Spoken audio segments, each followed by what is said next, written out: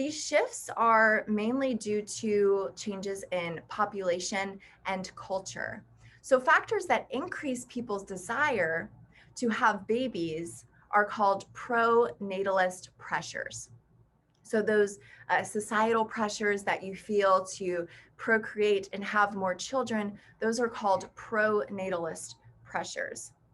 Children do serve a benefit to the family unit. They serve supporting roles to families. This is particularly true in low income countries. And of course, society has a need to replace members who die or become incapacitated and can no longer fulfill a role within a family unit. So across the globe, there are lots of pro-natalist pressures that families have. But what's shifting these pressures and cultural dynamics is access to education and therefore access to income. This directly affects the desire to have children. So giving women greater economic empowerment actually has been shown to benefit their household, their communities, as well as, in the broader sense of things, their country, as we saw in the case study of Brazil. In highly developed countries, there's access to higher education, access to personal freedom. These things will influence women to not have children or to have fewer children because they have a personal choice to pursue that education and pursue that high-paying job. The desire to spend time and money on other priorities other than children, rearing up children, is a pretty expensive endeavor. Instead, these women and these families have the power to choose where their income goes. In developing countries, feeding and clothing these children is actually minimally expensive compared to an affluent US household. So adding one or more children is negligible compared to the costs in developed countries. Again, children are often needed to increase the income to a family. When you have more children, that's more humans who can work and bring in income support to the family. So all of this really speaks to the impact that improving women's lives can have on birth rates and the overall health of a community and a country. There was a meeting in 1994 that represented a pivotal moment in making these efforts center stage. Nearly 180 countries were involved in a meeting in Cairo that took place, and they promoted this revolutionary program of action that called for women's reproductive health and rights to take center stage in national and global development efforts. Specifically, this program of action called for all people to have access to comprehensive reproductive health care, including voluntary family planning, safe pregnancy, and childbirth services. They also pushed for responsible economic development, promotion of educational programs for women, and increased access of women to rights. They also recognize that reproductive health and women's empowerment are inextricably interconnected and intertwined with each other, and that both are necessary for the advancement of a society at whole. This includes the access to high quality healthcare, including those crucial family planning services. And here we have a quote taken from that 1994 meeting in Cairo that says, "The full and equal participation of women in civil, cultural, economic, political, and social life at the national, regional, and international levels, and the eradication of all forms of discrimination on the grounds of sex are priority objectives of the international community." So total fertility declines as a women's education increases. We can see that that trend is carried through multiple different countries. On the left here, we have data representing female secondary school enrollment rate as a percent, with the longer the bar, meaning they have more of their women enrolled in secondary schools. And on the right, we have total fertility rate from 1995 to 2000. So you can see that there's a clear correlation between education and fertility rate, with the lowest education countries representing some of the highest fertility rates. So family planning gives us choices. It allows couples to determine the number and spacing of the children that they want to have in their family unit. This is all hinged around access to safe birth control methods. And birth control, simply defined, is any method used to reduce births, including celibacy, so abstinence, delayed marriage, and contraception. This also includes methods that prevent embryo implantation, including the day after pill. And so you can decide for yourself to have a big family and be fecund, if we were to put it in a ecological context, or you can decide, like me, to just have a whole bunch of fur babies in your family. Humans have always regulated their fertility. This is really nothing new. It's just a new spotlight has been shined on it because now we have the data to understand how access to family planning directly impacts access to wealth and GDP accumulation as a whole country. So high human birth rates of the last 2 centuries is not the norm compared to previous millennia of human existence. As we showed at the beginning of this lecture two-parter, for the vast majority of human existence, we really didn't have an explosive reproductive rate. Evidence suggests that people in every culture and every historic period use a variety of techniques to control their population size.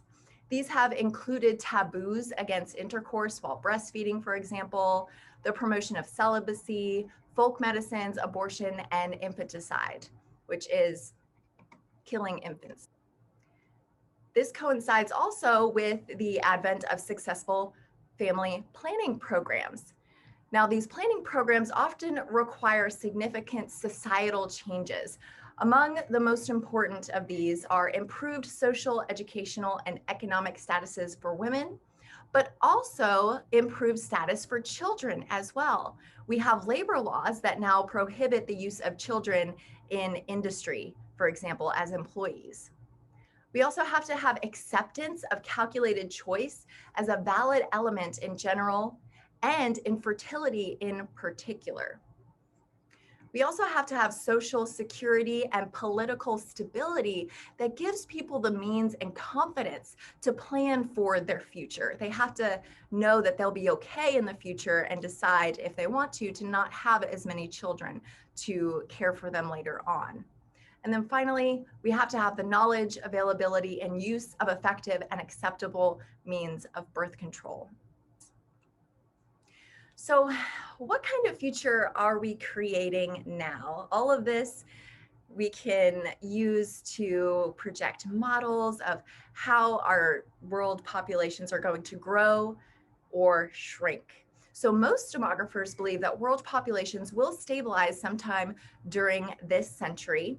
And the United Nations Population Division projects 4 possible population scenarios outlined here, with a constant growth rate, high growth rate, medium, and low. Looking at the United States, we can trace the population dynamics and map them out to key transitions and stages in our history. So birth rates in the United States from the year 1910 to 2000 are plotted here. The falling rate that we see from 1910 to 1929 represents a demographic transition from a more agriculturally focused society to an industrial society. We also see the baby boom that happened after World War II, and this boom lasted from 1945 to about 1965.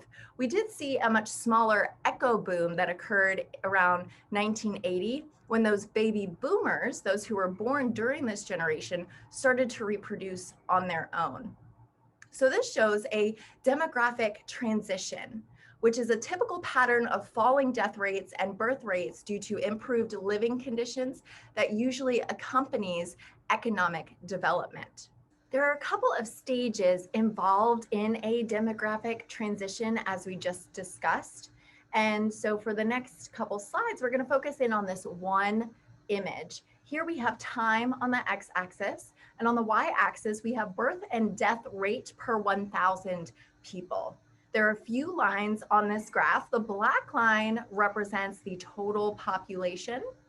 The red line represents the death rates, and the blue line represents the birth rates. So in stage 1, this is our pre-modern society.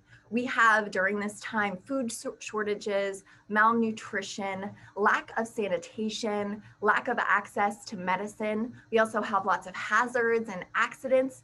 This all works together to keep death rates in the society pretty high, around 30 per 1,000 people. But also just as high are those birth rates, which have to be correspondingly high in order to keep the population density relatively constant. In stage 2, we call this the urbanizing or industrializing stage. Stage 2 brings about better jobs, access to medical care and sanitation, waste removal, and just a generally improved standard of living. Because of this, the death rates are going to drop, and they often fall rather dramatically. Birth rates may actually rise during this time at first, because as people start to gather more wealth, they have more money to afford more nutritious diets for their children and themselves, allowing them to finally have those children that they may have always wanted. In a couple of generations, though, birth rates are going to fall as people see that their children are actually surviving into adulthood. They don't have to hedge their bets and have many, many children because the children that they are having are surviving. Next, we have stage 3. This represents the mature or industrial society. Populations grow rapidly during this stage because death rates have already fallen, but the birth rate is going to remain pretty high. Depending on how long it takes to complete that transition from stage 2 to stage 3, the population may go through one or more rounds of doubling before a balance is achieved. And then finally, stage 4, this is our post-industrial society. The population falls into a new equilibrium during this stage, but at a much larger size than at stage 1. Most of the countries of Northern and Western Europe went through a demographic transition in the 19th or earliest 20th century, similar to the curves that we see here. In countries like Italy, where fertility levels have fallen below replacement levels, there are now fewer births than deaths, and the total population curve has started to decline. So these 4 stages represent the demographic transition model. And finally, just a question, bringing this all back to the environment. What does this expanse in population really mean for our impact and the ecological consequences of population growth? So I've put a YouTube video up on the tartan for you to watch.